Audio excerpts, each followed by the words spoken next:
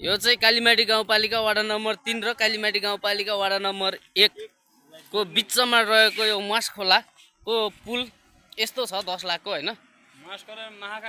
यो चाहिँ मस खोलो हो। यो खोलो चाहिँ एकदम ठाडो खोलो हो हैन। यो खोलोले उस्तै परे यत्रो ढुङ्गाहरू बगाएर है यो उस्तै परे यहाँको यो यो जग्गा जमिन नै खाइदिएको ठाउँ हो यो हैन। अब भन्नु पर्दा यो खोलो एकदम डेन्जर नै आउँछ बर्खाको टाइममा। तर यो 10 लाखको पुल हो रे। अनि यो पुललाई चाहिँ के यसले राख्छ होला त?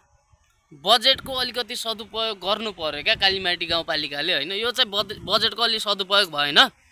यो चाहिँ हल्का टोपल टापलको काम भयो है।